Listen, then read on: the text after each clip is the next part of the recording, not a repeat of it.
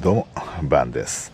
今日も6号機です。前回のね、動画なんですけども、機種に取り付けたね、このインスタ 360GO2 というカメラがね、途中でね、停止してまして、で、ファイルはあったんですけども、破損していて使い物になりませんでした。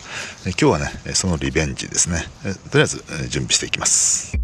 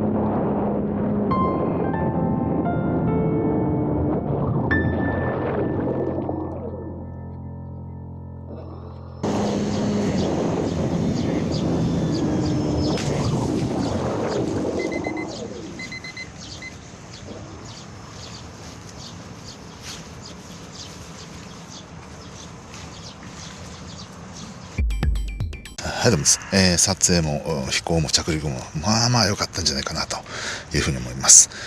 カメラをね変えて、バッテリーも変えて2本目行ってみます。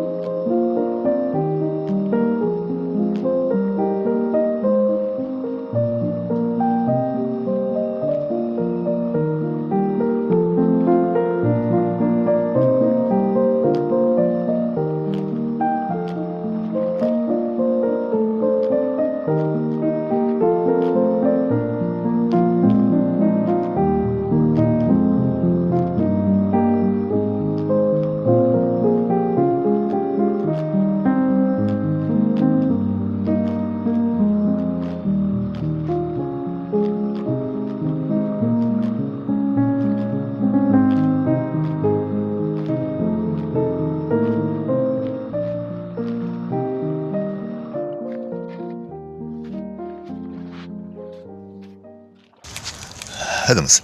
水上でのね、タクシングがね、大体できるようになってきましたね。やっぱりラダーで曲がるのがいいみたいです。